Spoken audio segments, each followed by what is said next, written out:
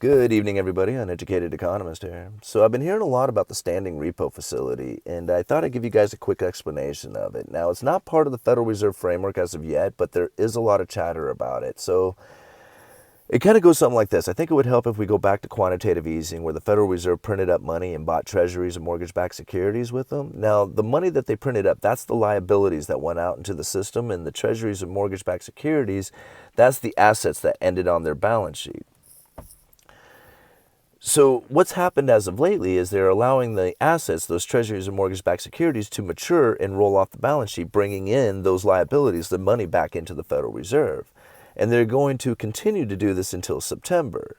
Now, come September, they're going to end that program, but their balance sheet is still quite large, and they would like to continue to unload those treasuries and mortgage-backed securities, bringing in some more of their liabilities. But the problem is the demand for the reserves is still quite high coming out of these banks. Like, these big banks are holding their reserves in cash, like the liabilities that the Federal Reserve wants back.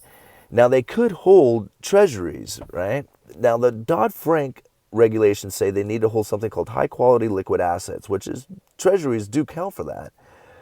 But the banks feel pressured to hold reserves, which is those liabilities that the Federal Reserve had printed up and given to them. And holding these reserves isn't necessarily like advantageous to the banks, because they would rather hold treasuries that pay them an interest rate. But they feel pressured to be liquid. In case of, problems, they have the cash on hand to be able to do business. So they feel nervous about holding treasuries as opposed to the reserves.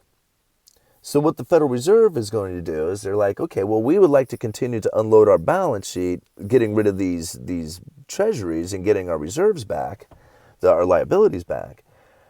What they will do is they'll create a facility that the big banks can use to unload, well, not necessarily unload, but use those treasuries as collateral to have easy access to reserves. So they can hold the treasuries instead of reserves and have confidence that they can get all the reserves that they need using the treasuries as collateral, operating through this standing repo facility.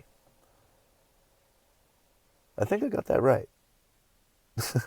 Anyway, so this is, the idea behind it is that this is going to give confidence to the banks that they don't need to hold the reserves, that they can hold treasuries. Now the Federal Reserve can get rid of those treasuries onto these banks' balance sheets, taking the reserves back to the Federal Reserve, shrinking their balance sheet even more, like they have been trying to do for quite some time now.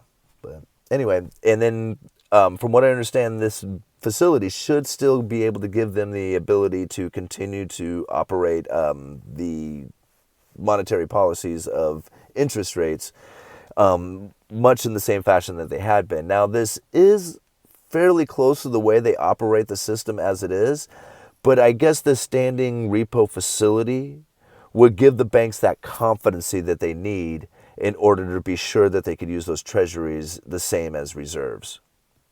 All right, Uneducated Economist. Talk to you guys later.